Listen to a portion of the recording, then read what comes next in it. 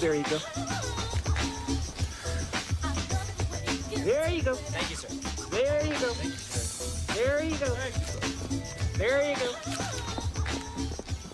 Let's face it, we all like to splurge every once in a while. But normally, most of us try to live within our means. And for many, that means having a budget and sticking to it. But the question becomes, is the budget that you have now right for retirement? And what are the potential consequences if it isn't? It's that time again, time to tune out the hype and focus on the facts. Facts that matter to you, the income generation. Let's get started. Get ready to separate reality from myth. With us, David Scranton. David Scranton. David Scranton. David Scranton. But David Scranton says, hey, not so fast. How does it affect the markets? How does it affect the economy? Thanks to efficiencies and new technology and a staff of veteran analysts and portfolio managers, Sound Income Strategy strives to set new standards and bring institutional style investing to your portfolio.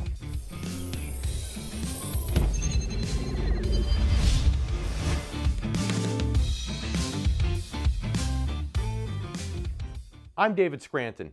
Now, some of you may recall that we did an episode just last year about how to determine your retirement savings and your income needs. That process included something that I call a top-down budget analysis. Today, we're going to take a broader view of budgeting for retirement. Here's the reality. A financial strategy that protects your money and provides reliable income can still be jeopardized by reckless spending and careless budgeting. Now, regardless of your level of wealth or lifestyle, having a budget that accounts for the expenses unique to retirement while also giving you spending boundaries is absolutely critical. We'll explain why and share some helpful guidelines for creating a smart retirement budget. We'll also discuss ways to stretch that budget, that is, ways to maximize your income. Joining us with our own tips and insights are Chris Hogan, the author of the new book, Everyday Millionaires, along with Dee Carter, the president of Carter Financial Group in Midland, Texas. But first, let's take a look at how budgeting changes once you retire and why it's so incredibly important. Of all the financial factors that impact your retirement, the one you have the most control over is your discretionary spending. Now, naturally, no one wants to penny pinch their way through retirement. If you've worked hard and you've saved intelligently, you want retirement to be kind of sort of a reward, and it should be. But regardless of how much you've saved, overspending in retirement can become extremely dangerous. And that's why it's important to exercise control in this area.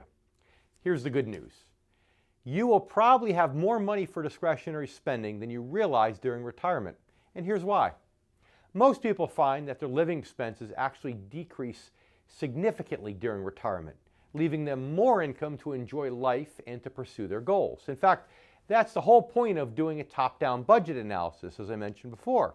With a top-down analysis, instead of adding up all of your expected retirement expenses one line at a time, instead you start by identifying the expenses and contributions that you expect will go away. Then you subtract those from your current gross income. For example, if you're making $100,000 a year while working, you can figure out how much of that is currently going into your 401k, and you could subtract that. You can also subtract FICA tax that comes out of your paycheck. Why? Because FICA tax is only charged on earned income, and that stops at retirement. And if you expect to have your mortgage paid off by the time you retire, you can subtract that monthly expense as well.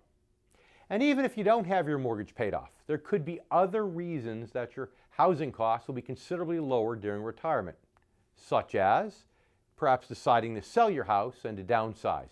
By doing that, you not only reduce or eliminate your monthly housing payment, but very often you also cut down on your utility bills, things like heating oil, electricity, and other types of routine home maintenance. Now, there are other areas where you'll also probably reduce your expenses much more than you realize. For example, transportation. In addition to all the gas money that you won't have to spend for a daily commute, it's likely the cost of car maintenance will also decrease, along with insurance premiums, for example. And don't forget, personal expenses that you shell out for business trips go away as soon as you retire. These are just a few examples. Ultimately, here's the point of a top-down budget analysis. You know what your current income today feels like. So by subtracting these expenses you're not going to carry into retirement, you get an idea of how much the same lifestyle you're living now will cost after you retire. And as I mentioned, very often the answer comes as a pleasant surprise. So for example, by the time now you've subtracted all the expenses and obligations that you won't have after retirement, you may find that that $100,000 a year income you're earning today can be reduced to $70,000 pre-tax with absolutely no negative impact on your lifestyle. Now, that having been said, it's also important to recognize that retirement also brings potential new expenses that have to be factored into this budgeting process. These can range from the inevitable increase in healthcare costs, which we'll discuss a little bit more later in the show, to the expense of a new hobby or perhaps a new pastime. Here's the point. Even though a top-down budget analysis may reveal that you can live your same lifestyle for less money after retirement, you shouldn't let that lull you into a false sense of security or a sense of complacency about your income needs, or for that matter, about your spending habits. You'll still need boundaries, you'll still need limitations, especially in the first few years of retirement. We'll talk more about how to set those boundaries and other strategies to ensure that you can enjoy retirement with a workable budget and a financial peace of mind. But first, let's welcome our first guest, national best-selling author, Chris Hogan. He has a new book out called Everyday Millionaires. Chris is also a mortgage and investing expert, and we're glad to have him back on the show, a true friend of the income generation. Chris, welcome back. Well, thank you, sir. It's a pleasure to be with you. So we're talking about budgeting here. And the first step, though, isn't about what you need to do to have the proper budget or how to structure a budget. The first step is just to get a good, solid budget done. In your experience, roughly what percentage of people who are approaching retirement who are retired actually have prepared a budget? Well, I can tell you this, David, far too few. Not enough people are doing it. They don't understand how important the budget is. I mean, it's the plan. I tell people it's the roadmap that allows you to understand where you're going and where you want to go. So it's a really vital, important piece of information, but it takes some time to get into practice of. I tell people it'll take you around 3 months to get budgeting down pat, but don't let that prevent you from starting and having an understanding of your income as well as all of your expenses. Yeah, if you don't know what your goal is in terms of monthly expenditures, you can't hit it, right? You can't hit a goal that you can't see. But why is it that so few actually do it? Is it because they hate math? Or is it much deeper than that, as I suspect? Well, I think, and talking to people in the over 20 years I've been dealing with money, I've really heard a lot of different stories, or as I like to call them, a lot of different excuses. But it really boils down to a couple of things. People either don't have the knowledge, and that means they don't know the steps or the process to go by, or they have fear. They're scared to do it because they've never done it before. And so it really boils down to people beginning to get the right kind of information and learning the steps to take.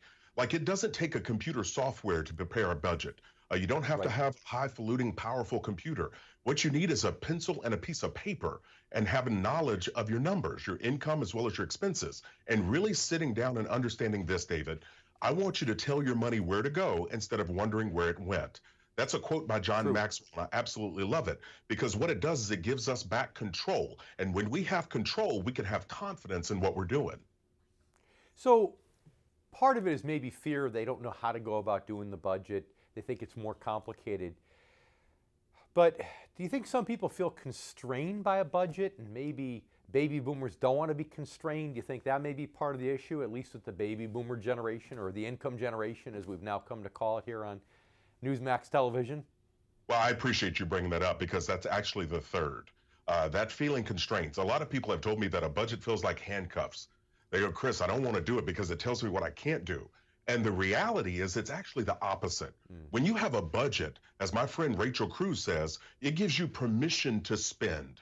That means you're able to do something without the regret or without the fear in the background, because you've allocated money aside to be able to do it. So now when you do that thing, you're able to enjoy it instead of feeling like you're going to have regret later or feeling buyer's remorse. Yeah, so it sounds like control. On one hand, they feel like, oh, if I have a budget, something else is controlling me. But what you're saying is essentially if you have a budget, then you're controlling where your dollars are going.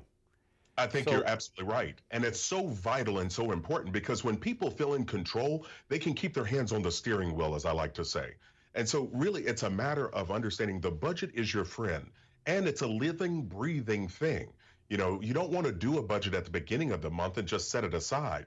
We want to do the budget, but also make sure that you're checking in on it. Are you staying on track? Are you spending what you said you were going to spend? And it allows us to make adjustments midstream. And so it's a lot like in a game. I'm a former athlete. You know, every coach comes out and they have a game plan. But in the middle of the game, you have to make some adjustments based on what your opponent is doing. Right. Well, in life will bring you some things. And so you need to be able to make adjustments. So keep your hands on your budget, stay in control, and then that way you can plan for things and not have things come up and surprise you. Yeah, what was it? Mike Tyson who said, everyone has a plan until someone gets punched in the face. Was that him? That is exactly right. Yeah. And that's what happens sometimes. I think people set up a budget and then all of a sudden the furnace goes, or they have a leak in their roof, or they have a bigger repair on their automobile, and all of a sudden they blow their budget apart. And it's almost like the alcoholic, where all of a sudden, you know, they don't drink for a month, they have that first drink, and all of a sudden they're off and running again. And I think that's what happens with a lot of people when they blow the budget the first time, they think it's all gone, and that's the end of it. So, Chris, can you stay with us, please? We need to take a commercial break. Absolutely. We're going to come right back. We're going to talk more about specific ideas that you might have for budgeting for people who are approaching retirement for those retirement years. And you stay with us too. We'll be right back here with more on the Income Generation. I'm David Scranton. For behind-the-scenes photos, retirement planning tips, and upcoming giveaways, follow the Income Generation Show on Facebook. And don't forget to subscribe to our YouTube channel to watch video clips, guest interviews, and to catch up on past episodes. David J. Scranton, Amazon bestselling author, money manager, and national TV host, is on a mission to educate baby boomers about the need to shift from growth to income. If you're at or near retirement, focusing on income over growth can make all the difference in the quality of your retirement. Each week, David educates America on his Newsmax TV show, The Income Generation, where he provides special reports and more to teach baby boomers about the income model. Call now for a free copy of David's latest book. Go to soundincomestrategies.com/income to find out more. Read David J. Scranton's groundbreaking new book, Return on Principle, 7 Core Values to Help Protect Your Money in Good Times and Bad. Discover practical solutions to the financial challenges facing today's generation of retirees and near retirees. Learn the truth about Wall Street, the financial media, and the secrets they try to hide from everyday investors. This isn't just another book about investing. Working Americans who have lived through 2 major stock market crashes and the worst financial crisis since the Great Depression in the past 16 years don't need another book about investing. David Scranton's approach to financial planning is a holistic system designed for maximum protection, strategic growth, and reliable income regardless of market conditions. Stop planning for retirement with your fingers crossed. Read Return on Principle, 7 Core Values to Help Protect Your Money in Good Times and Bad. Available now.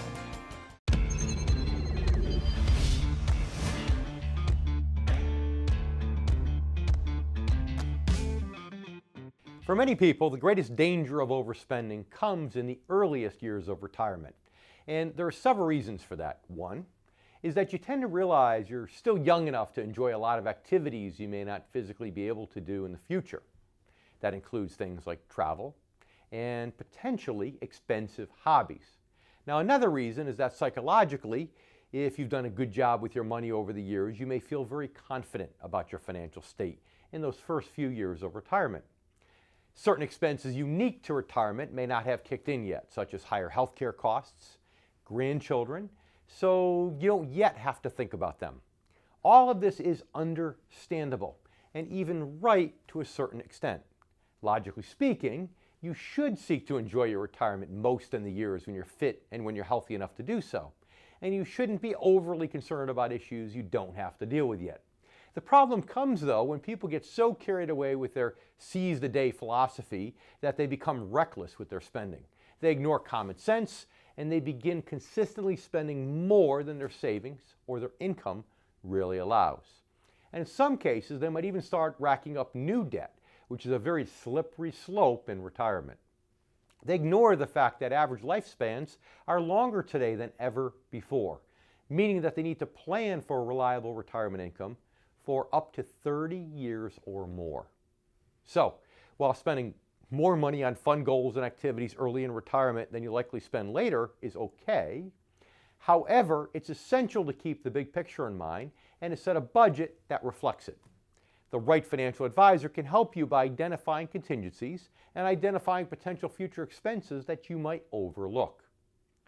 Because that advisor specializes in this kind of work, the right advisor does, that is, as I've said before, kind of like a chess grandmaster who typically sees 7 moves ahead on the chessboard compared to the average player who perhaps only sees 2 moves ahead. Here's another way to think of this. The average investor is like a pilot flying around at 1,000 feet in the air. This pilot is capable of seeing less than 40 miles in front of him. The horizon is less than 40 miles out there, but by comparison, the right advisor is like a pilot flying at 30,000 feet. In that case, the horizon is actually more than 200 miles out, 6 times as far. And with that in mind, here are a few of the most important big picture expenses to factor into your retirement budget to help you guard against the risk of overspending. Number 1, and we've already talked about this, housing. Though this cost may decrease after retirement, as we discussed, it is still likely to be one of the biggest expenses on your balance sheet. And the reality is that it will likely rise over time due to a variety of factors: changing interest rates, inflation, property tax hikes, etc., etc. Number 2, Medicare premiums. While most people don't pay a premium for Medicare Part A hospital insurance, Medicare Part B charges a standard premium that most people do pay for. And most also choose to pay a separate premium for some Medigap coverage, perhaps Part D prescription coverage. The next big picture to include on your budget is perhaps the biggest. And that isn't just medical insurance, it's medical and healthcare costs themselves. As I've said before many times, many people just aren't really aware that healthcare costs rise at a rate of inflation that's much faster, that's much steeper than the general rate of inflation. Essentially, those costs double every 12 years. And here's the reality. Most people are forced to spend more on healthcare as they get older and as their health declines. And the risk of a major medical event increases over that time. How you budget for healthcare is one of the most important factors in retirement planning. And again, your odds of doing it successfully are, yes, greatly increased with the help of a qualified professional specializing in retirement planning. Number 4 on the list of big picture items is taxes. After years of deferring your retirement savings, Uncle Sam wants his cut after you leave the workforce. That means paying tax on required minimum distributions from your IRAs, your 401ks, and other qualified accounts. Having the right strategy for doing that without spending down your principal is another one of the most important keys to successful retirement planning.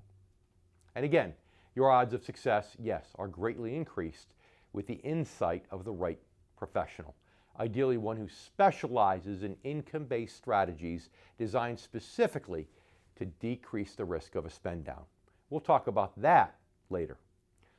Other big picture items to account for in your spending budget may, depending upon your goals and lifestyle, include travel, grandchildren, or just leaving a legacy in general.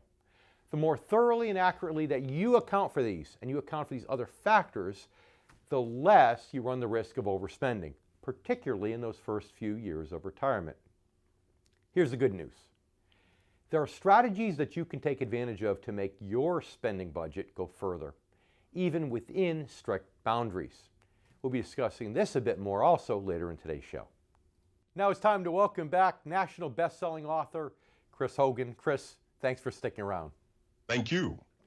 So what do you tell people in situations like the one I just described before the break, where you've got this great budget, you stick to it month 3, month 4, all of a sudden month 5, boom, there's a big repair on your automobile, there's a repair on your home, and you blow your budget.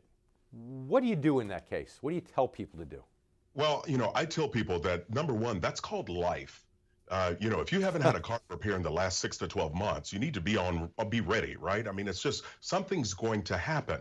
And so that's why I encourage people to have what I call an emergency fund. I want you to set aside 3 to 6 months of expenses. Just set it aside in a money market account. Keep it liquid so you can get to it, because it's not if life is going to happen, it's when. Right. And when you have an emergency fund, that emergency fund turns emergencies into simple inconveniences, because you don't have to panic and you don't have to blow your budget. So 3 to 6 months of expenses set aside, that will protect your budget and your peace of mind. Great advice, absolutely great advice. It's the bedrock of any good financial plan, whether somebody's young and working or whether they're retired. So speaking about retirement, you know, all of our income generation members are either retired, retiring, or going to be retiring in the next decade. So now budgeting for a retired person is a bit different. And you know, you've heard through earlier in the show monologues and the like how I recommend doing that. But what do you recommend? What are some tips that you could tell our income generation members who are preparing for retirement, how to set their budget in the ideal way? Yeah, well, I mean, the budget is going to be important regardless of what phase or stage of life you're in. I think having a plan and staying in control of your money helps your money to go further, and it also helps you to feel more in control. And so when people are retiring, and in my book, Retire Inspired, I talked to a lot of people, but they didn't realize, and they were shocked, David, that once they retired, their expenses actually went up. I told them, I said, it's not a surprise, because if you think about the week, the typical full week that we have, what days do people typically spend the most? It's typically Friday, Saturday, or Sunday. On the weekends, right? That's right. The more downtime we have is where we can tend to spend more. Well, when you're retired, every day is Saturday. And so again, coming back and having that plan is going to be really important. Again, it gives you permission to enjoy so you don't have to have regret. So 30 seconds we have left in this particular segment here. Tell our income generation members, though, what particular challenges do you find for people planning for retirement when it comes to budgeting? Well, I think the particular challenge they have is, number one, how much traveling and when are they going to travel? How much are they going to do? But then also gift buying. You know, we tend to love to be able to buy for other people, and there's nothing wrong with that. But if you don't have some constraints around that, you can tend to overspend and cause yourself some grief. Yeah, and especially people with grandchildren, you know, it's hard to tell grandma she can't spend money on those grandbabies, and they get a little bit out of control. It's just what happens. It's human nature. We all do it. So, Chris, we need to take another break. We'll be back in just a moment. You stay with us. We'll be right back here with more on the income generation. I'm David Scranton. I'm here with Chris Hogan. We'll be right back.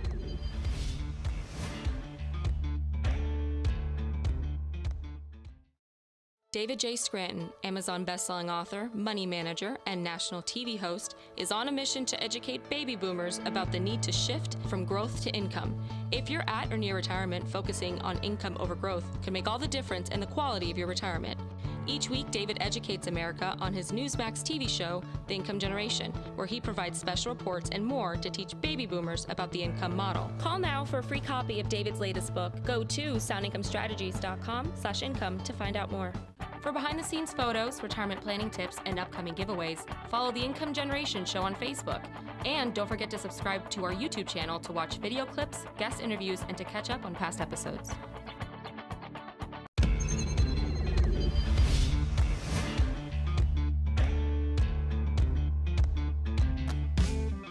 We all know someone who likes to brag about all the money they save by clipping coupons or taking advantage of discounts.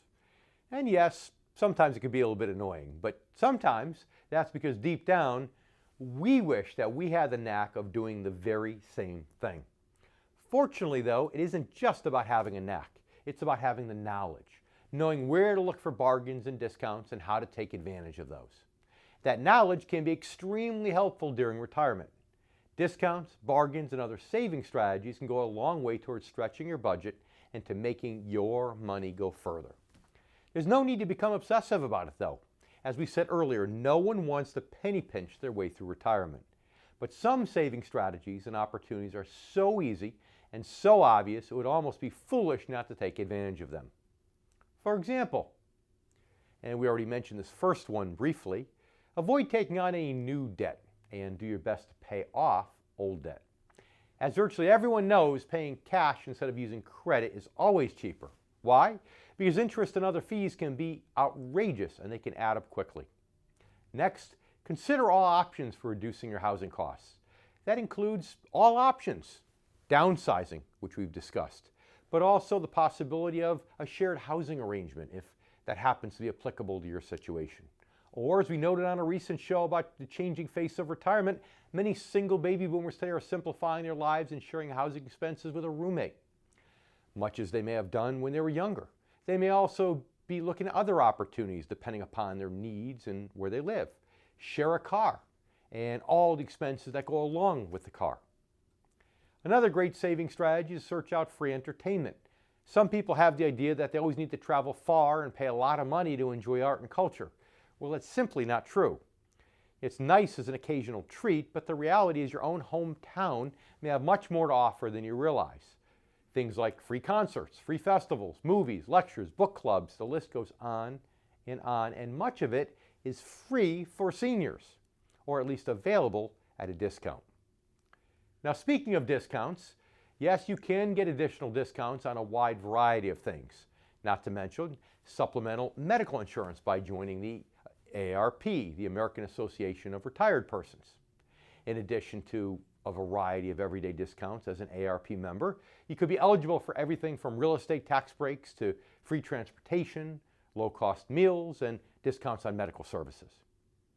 Now, if the AARP is not your thing, or you just don't want to admit that you're a member of AARP, there are plenty of other senior membership organizations you can join, including the Association of Mature American Citizens, which offers similar benefits and bills itself as conservative alternatives to the AARP. Visit our website, soundincomestrategies.com, to see a comprehensive list of organizations along with their benefits and their costs to join. Next, many people can save a lot of money by setting stricter limits on the financial support they provide for their grown children. Now, as we've discussed on previous shows, this can be a tough one, but it's important not only for your own financial well-being, but for your children's as well. Providing unlimited support for a child at any age when he or she should be financially independent not only jeopardizes your own retirement, it decreases the odds, many times, of that child ever achieving personal financial success. In other words, make sure that your budget includes not only boundaries on what you spend on yourself, but if appropriate, what you spend on your grown children as well. Now, that one is particularly important to you, like many baby boomers are part of the sandwich generation and are juggling financial obligations toward not only grown children, but perhaps ailing parents as well. Lastly, if you're a regular viewer, you may have seen our episode recently on retiring abroad. It's more popular than ever among today's generation of retirees for many reasons, one of which is that it can be a great way to dramatically stretch your retirement budget. Of course, as we discussed on that show, retiring abroad is not for everyone, and there may be factors to consider. But all over the world today, there are places that are considered retirement havens, largely because you might just be able to retire there at a much lower cost of living, but a higher standard of living than here in the United States. Now, regardless of where you retire or what your budget looks like, there are certain financial realities that apply to everyone in today's economy. We'll talk more about that coming up in just a bit. Now it's time to welcome back for one last segment, author, mortgage and investing expert, and good friend of the income generation, Chris Hogan. Thanks for sticking around one last time. Thank you. So, okay, budgeting is great, but what if I'm planning for retirement and I just can't fit the 7 pounds of stuff that I have to fit into the 5-pound bag, but I hate my job, I've got to retire, I just can't take it anymore? What words of wisdom do you have for people who are trying to control the budget and maybe shrink it down a bit to get it inside that 5-pound bag? Well, that's a tough spot. You know, anytime you're looking at that and you're starting to feel the time crunch, I want people to understand when it comes to retirement, it's not an age, it's a financial number.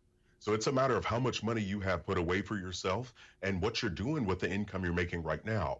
So I think the most important step to take is to prioritize your needs over your wants. And that's really understanding, where are we spending money? I talk about in my book, Retire Inspired, that we all have money leaks. We all have an area that we tend to overspend on, whether it's eating out or groceries or whatever it might be. We all have that. I think it's important for people to identify their money leak and start to make some adjustments. Understanding that when I redirect money, instead of eating out 6 nights a week, if I can scale that back to eating out 2 nights a week, I can redirect more money over into my Roth IRA. And you might be a little bit healthier too, because you're not eating all that fat and cholesterol and sodium and all the stuff that's in restaurant food. So what if somebody retires and they have a mortgage and they again they're a little tight on cash flow, they want to control the budget. Any words of wisdom for that income generation member with the mortgage going into retirement? Well, I would prefer people obviously to have their mortgage paid off prior to getting into retirement. But you're right. Some people have hit retirement and they still have a mortgage. Right. I say let's get committed and get focused on attacking that mortgage and paying that thing off. I mean, everyone can imagine how much more they could enjoy life and live life if that mortgage payment wasn't going to a mortgage company, it was staying with you. But if you have a mortgage, I want you to look at it. If you're on a 30-year, get refinanced into a 15. Understanding the power of that math, an extra $400 to $500 a month will allow you to attack that mortgage and eventually pay it off. Because the goal is not to buy a home, the goal is to own one. But I want people to avoid home equity lines of credit. Don't borrow against your home. You want to get that thing paid off and freed up for yourself. How about reverse mortgages? If I'm in my late 60s, maybe 70, and I'm just too tired, I've got to get out of the workforce. What do you tell people about reverse mortgages? Some people say they're great. Some people say don't touch them. The truth usually is somewhere in the middle. Yeah. Well, reverse mortgages can be a very tricky area. And I think it's important for people to go into it with their eyes wide open. In years past, they were so expensive, and the products were not anything that I would ever advise anybody on. I know they're making some changes and some tweaks. So I want people to be very aware of where they are, understand what they're doing and what they're getting into, and get the right kind of legal guidance. But we have to make wise decisions that put us in a better position. We want to do things that we're going to look back on in a couple years and love. For example, I started making 2-year decisions many years ago. That means I want to make a decision today that I can look back on in 2 years and be glad that I made that decision. So whenever it comes to your largest monetary asset, your home, I want you to go into a situation with your eyes wide open, but make sure you're getting the proper guidance. I think it's important that you have long-term goals, but we get more motivated sometimes by short-term goals, that attaboy, that pat on the back. So we need to leave it there for today. Chris, thanks so much. Thank you for having me. Stay with us. We'll be right back with more here on The Income Generation. I'm David Scranton.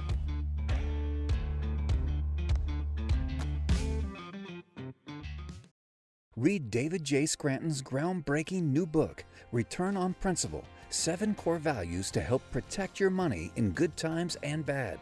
Discover practical solutions to the financial challenges facing today's generation of retirees and near retirees. David Scranton's approach to financial planning is a holistic system designed for maximum protection, strategic growth, and reliable income regardless of market conditions. Available now.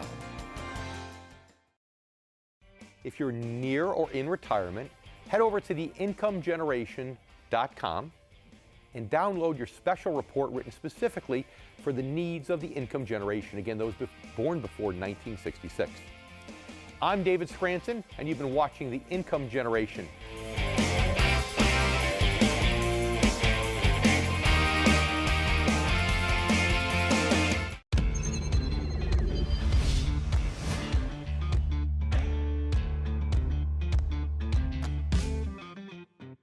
There's a concept that we've discussed many times on the show, but it bears repeating today in relation to the topic. The truth is, everyone wants the same thing from their savings and investment strategy, and that is maximum return with minimum risk. The difference comes when you ask the following question. Maximum return for what purpose? For a few, the answer is a lump sum purpose, like another home or maybe a yacht or a Rolls Royce. For some, it's to leave a huge legacy for their family. But for most, the answer is much simpler.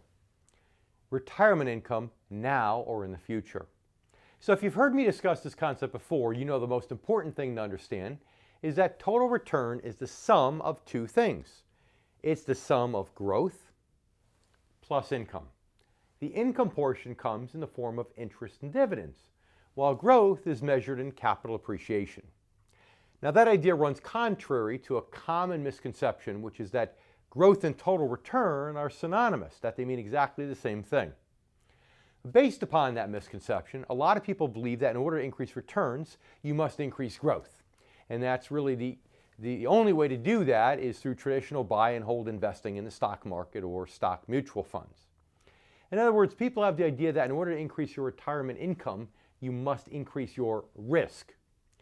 And unfortunately, some financial advisors, those with traditional Wall Street-based business models, are happy to perpetuate this false idea. The problem with, of course, is that if your growth turns to shrinkage as a result of a major stock market drop, your return also shrinks, and so does your income. Investors have experienced that twice so far since the turn of the century. What's more, if you're counting on growth and getting shrinkage instead, and you're not using income-based strategies to pay for things like required minimum distributions, then you run a much higher risk of spending down your principal and of depleting your savings. Now, I'm stressing all this again today because none of the ideas or strategies we've discussed about budgeting mean much at all if you haven't first made asset protection your number one priority. And that, as I also may have mentioned a few times before, all starts with making that paradigm shift from growth to income-based financial strategies. Why? Because when you focus on income instead of growth, you're typically investing in things designed to generate reliable income through dividends and interest, all while protecting your principal from stock market volatility and significantly decreasing your risk of shrinkage. In other words, although increasing your portfolio growth might require increasing your risk, in my experience, the better approach to increasing your retirement income lies in reducing your risk. And since most people want maximum return for income, present or future, as opposed to a major lump sum purchase or a legacy, they recognize the sense in seeking to maximize their return in the form of income. It's certainly important to budget carefully and put boundaries on your spending. However, it's even more important to first make sure you've made protection and income your top priorities, and ideally with the help of an advisor who specializes in income-based strategies. Now it's time to welcome our next guest and a very close friend to yours truly, Dee Carter, president of Carter Financial Group in Midland, Texas. He has more than 45 years of experience helping people plan their retirement. Dee, great to have you back. Welcome back to the show. It's good to be with you again, David. So, Midland, Texas. You don't have to worry about budgets there, right? Because everyone's got so much oil money, right? They're just lathering up in it that money's no object, correct? Absolutely not. One of the biggest things I find is the more money you have, the more budgeting you need because you end up spending it on frivolous things. So most of my clients, and I don't have a lot of clients that are in that category, but most of them that do have large amounts of income, they'll come in here and tell me how much their net worth is, and I'll tell them right away that's totally no meaningful number there. So we still budget. Even though you've got a lot of money, you should need to think of the big picture and how your money should be spent in retirement. No question about it. So you live in an area, I'm sure like Southern Florida here. You've come to visit me a bunch of times. I've come to visit you. We're in Southern Florida. You know, you get a lot of people that are getting by, they're doing okay, but then you go out to a restaurant and you see all the $300,000-$400,000 vehicles, the people who have a ton of money. And with some of the oil money in Texas, I bet that's the same. So how do you get people to control their budget when the person having dinner right next to them is worth just millions? You know, one of the things we try to do, David, is to make sure they understand the difference between making the money and spending the money in retirement. Boy, there's a world of difference between growth and protection and then income as they go down the road. So the first thing we try to do is convert them from that idea of how much they've made, how much they've got, and how much they're making, but to how much they're going to spend in retirement. And sometimes those numbers are quite unrealistic, and we have to kind of tone them down and bring them to where they really need to be. Yeah. And you got to be careful of people who have the tendency to keep up with the Joneses. It doesn't work. It doesn't work, as you well know, from 45 years of experience as a financial advisor. Dee, we need to take a commercial break. We'll be right back in a minute. And you stay with us too. We'll be right back here with more on the Income Generation.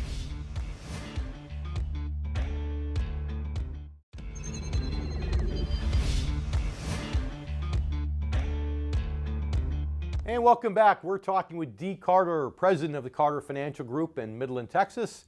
And as I said before, one of my closest friends in the whole world. Dee, thanks for sticking around. I'm glad to be here, David. So you probably experienced what I do, and you heard me ask Chris Hogan this, but in your own words, why do you feel as though people tend to resist creating a budget? What are the mental, psychological roadblocks that people have, and how can we overcome those? Really, one of the biggest problems they have is they think they're bulletproof. They really feel like they're going to live forever. They're going to have a job. They're going to have someplace to go, something to do all the time.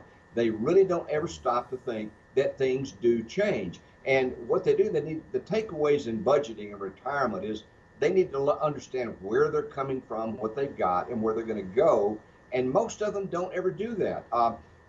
Even the young people that we have coming here, I have sat down and set up budgets with young people, with middle-aged people, and with older people, and nothing changes a lot except in one case it's where you're trying to make it, the other case is how you're trying to spend it. But whatever the size of your nest egg, retirement's gonna mean changes in your financial future in your life, regardless of where you are. So the first thing is to try to convince them of that. And most people take convincing. They really don't believe that. So the first step is to just realize, look, someday you're going to retire, you're going to have to retire, you're going to want to retire, and there's going to be some adjustments.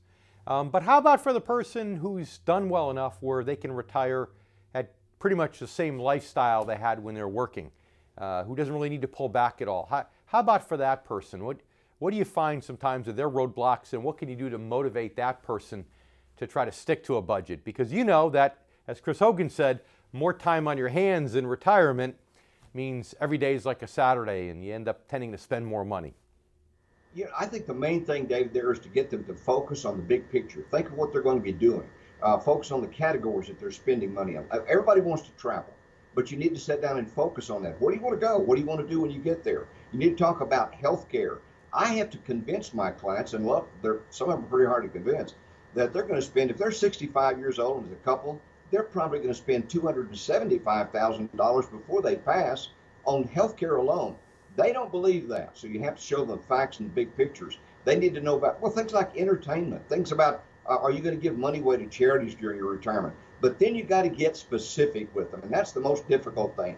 Get them organized, get the details of what they're spending and how they're spending it. I even give some of my younger clients a book and say, fill this out every day. Put down everything that you spend for a week, and then let's talk about your budget.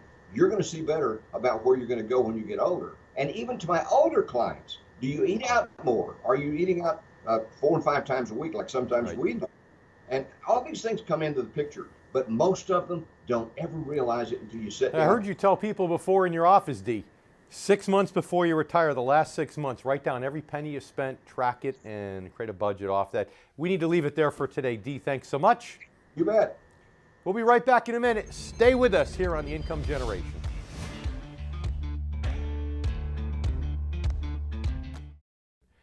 We live in a time when fiscal responsibility often seems to be an outdated concept of sorts. Federal budget deficits have pretty much been the norm for years, and in the last 2 years, the deficit has climbed to a record high. At the same time, corporate debt is also at an all-time high, as we've discussed before on the show. And companies are continuing to engage in share buybacks in record numbers, helping to keep the stock market artificially inflated. Economists may debate the potential dangers of government and corporate debt, but there's no debating what these same kinds of practices would likely mean for the average American household. Everyday workers don't have the luxury of using smoke and mirrors tactics like stock buybacks or of being consistently reckless with their money, such as the federal government has been doing. And even if they did have that luxury, I don't believe most people would exercise it.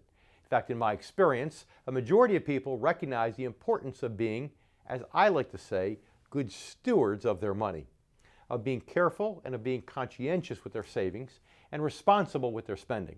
In short, most people appreciate the importance of having and of following a budget. But it's also important to understand how that budget will have to change and adjust during retirement. It's important to recognize that the greatest risk of overspending, yes, does come in the first few years of retirement, and that even then you need a budget that takes all the big picture items into account.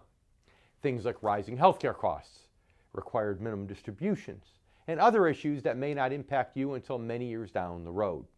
Again, The right advisor can help you with this aspect of budgeting because he or she has the expertise to recognize the more potential issues that would occur further into the future, those that might occur up to 30 years or even further down the road, compared to the average investor's vision of maybe 5 or 10 years in the future. He's like a pilot flying at 30,000 feet, capable of seeing more than 200 miles ahead compared to the average investor flying at 1,000 feet and capable of seeing less than 40 miles ahead. It's also important to stretch your budget by taking advantage of saving strategies available to you during retirement. Everything from retail discounts to possibly making a major move, possibly downsizing your home. And of course, it's most important to make sure that the money you're budgeting is well protected from market volatility and from the risk of spend down, a process that begins by investing for income. Thanks for watching. If you're close to retirement and you really want to know how to protect and maximize your money, it's absolutely essential that you stay informed and up to date. And as you know, right here is where you can do it on the Income Generation. I'm David Scranton. We'll see you next week.